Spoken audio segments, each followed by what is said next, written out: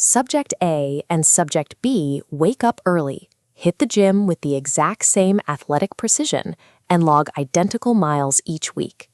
Their physical symmetry extends to the fine print.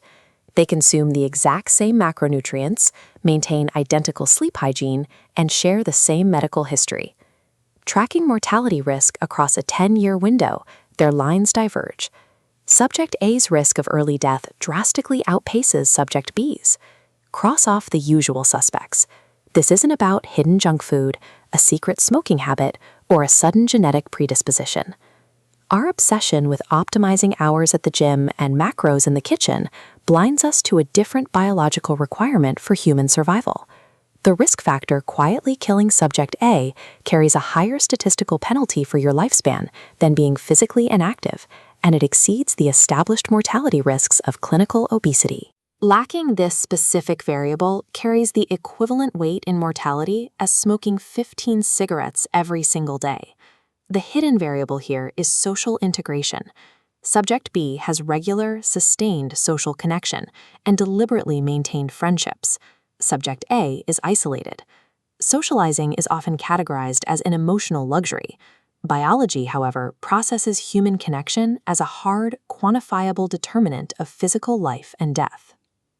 The 2010 meta-analysis published in PLOS Medicine provided the raw epidemiological data to solve the mystery of Subject A and B. Researcher Julianne Holt-Lundstad pulled 148 independent longitudinal studies. That combined data tracked over 300,000 participants for an average of 7.5 years. The results were stark. Participants with stronger social relationships exhibited a 50% higher likelihood of surviving across that tracking period than those with weaker networks. The 50% survival gap remained intact even after statistically controlling for age, sex, and initial health status. For a small fraction of individuals, an undiagnosed early-stage illness might independently cause a person to stop socializing before it kills them, making isolation look like the cause rather than a symptom. But across 300,000 people, the sheer volume of data proves that isolation itself operates as a primary, independent cause of physical decline. In your youth, the life cycle of a human social network is incredibly dense, fueled by the ambient free time and shared environments of early life. Then the structural pressures of adulthood hit. Through your late 20s and 30s, marriage, relocation, and children consume that time, and the outer nodes of your network begin to snap. By your 40s, without deliberate maintenance, your network shrinks to a convenience default, leaving you with whoever happens to be physically closest. This makes your 20s the critical structural window.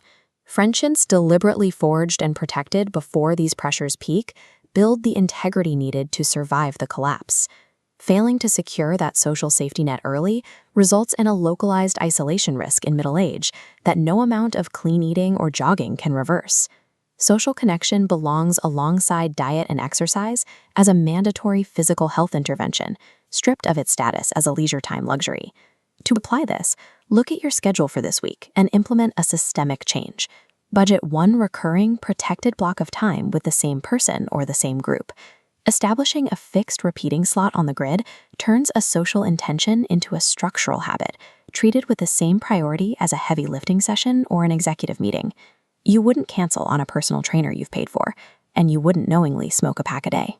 Treat the deliberate moments of your friendships with the exact same life or death priority.